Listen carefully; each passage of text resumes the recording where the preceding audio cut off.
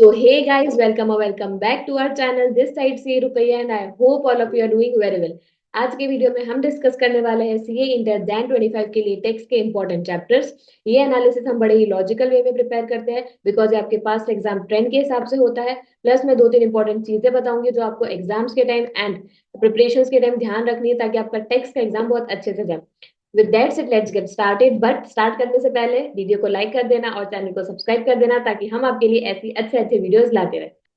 So guys हम income tax से start करते हैं, बट स्टार्ट करने से पहले अगेन दैट इंपॉर्टेंट डिस्क्लेमर कि ये वीडियो कोई भी सिलेक्टिव स्टडी को प्रमोट नहीं करता है। आपको करके सब कुछ जाना है, बट हाँ आप एक स्मार्ट वे में जरूर कर सकते हो।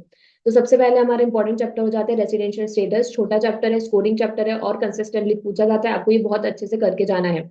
Then comes heads of income. अब हेड्स ऑफ इनकम में पांचों हेड्स वेरी इंपॉर्टेंट है, बट हम ए और बी कैटेगरी में उसको डाल दिया है। Income from house property, PGBP and IFOS आपका ए कैटेगरी में आ जाता है। सैलरीज एंड कैपिटल गेन आपका बी कैटेगरी में आ जाता है।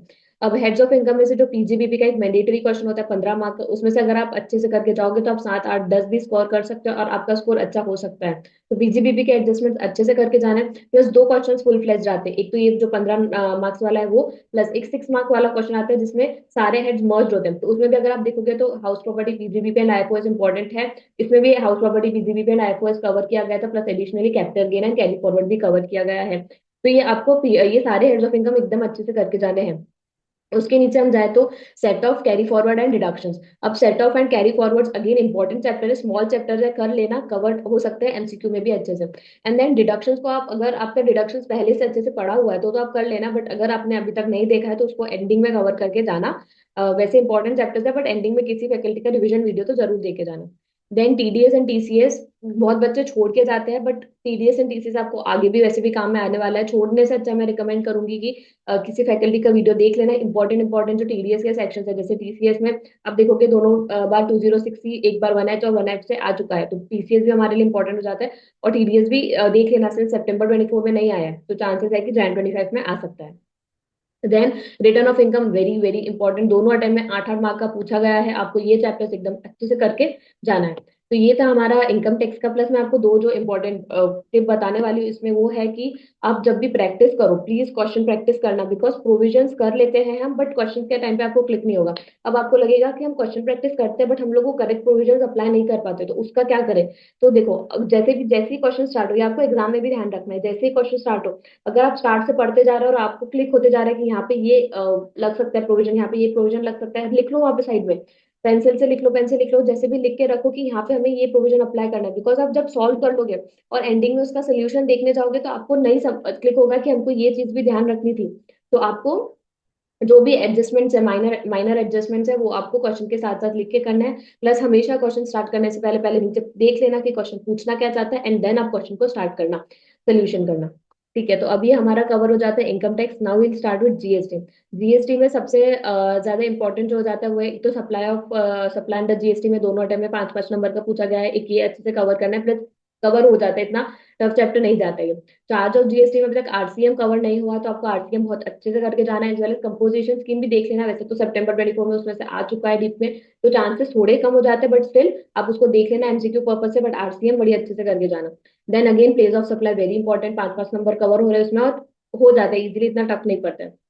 अब एग्जाम्पशंस फ्रॉम जीएसटी में दो 5 नंबर का आता है, but I know the chapter is very very lengthy. आप ट्राई कर सकते हो कि किसी फैकल्टी ने जो एग्जाम्पशंस के वीडियो डाले हुए हैं वो आप रेफर करके चले जाओ। Then time of supply and value of supply, अब दोनों चैप्टर्स ना हो जाते हैं, स्मॉल चैप्टर्स है। टाइम ऑफ सप्लाई अभी तक पूछा नहीं गया है तो आने के चांसेस है। प्लस वैल्यू ऑफ सप्लाई मई 24 में आया था, सितंबर 24 में नहीं आया, तो अगेन जैन 25 में दोनों चैप्टर से आने के एमसीक्यू में भी आने के चांसेस बढ़ जाते हैं।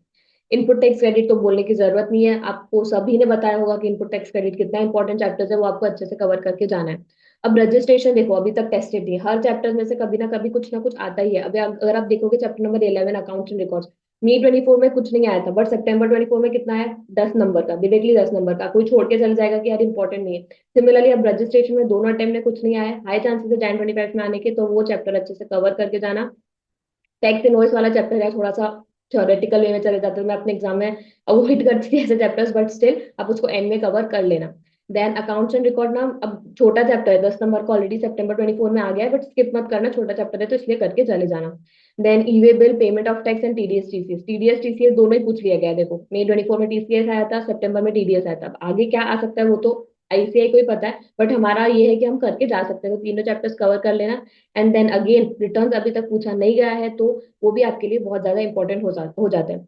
अब जीएसटी में कैसा है कि गाइस, क्वेश्चन प्रैक्टिस के साथ साथ ना प्रोविजंस की क्लैरिटी भी बहुत ज्यादा इंपॉर्टेंट है। इनकम टैक्स से थोड़ा सा स्कोरिंग पार्ट हो जाता है जीएसटी, तो चांसेस है कि जीएसटी आपको अच्छे से बन जाएगा, इतना घुमाया नहीं जाएगा। हाँ, जो उसका फर्स्ट क्वेश्चन रहेगा, जो 10 नंबर का फुल फ्लेज्ड क्वेश्चन, उसमें थोड़ा सा घुमा सकते हैं वो, नो डाउट। बट ये जो छोटे छोटे बाकी के चैप्टर्स होते हैं, value of supply, time of supply, then registration return, उसमें इतना घुमाने जैसे प्रोविजन नहीं होते। घुमाएगा वो सिर्फ आपको आईटीएस में, सॉरी आईटीएस, आईटीसी में।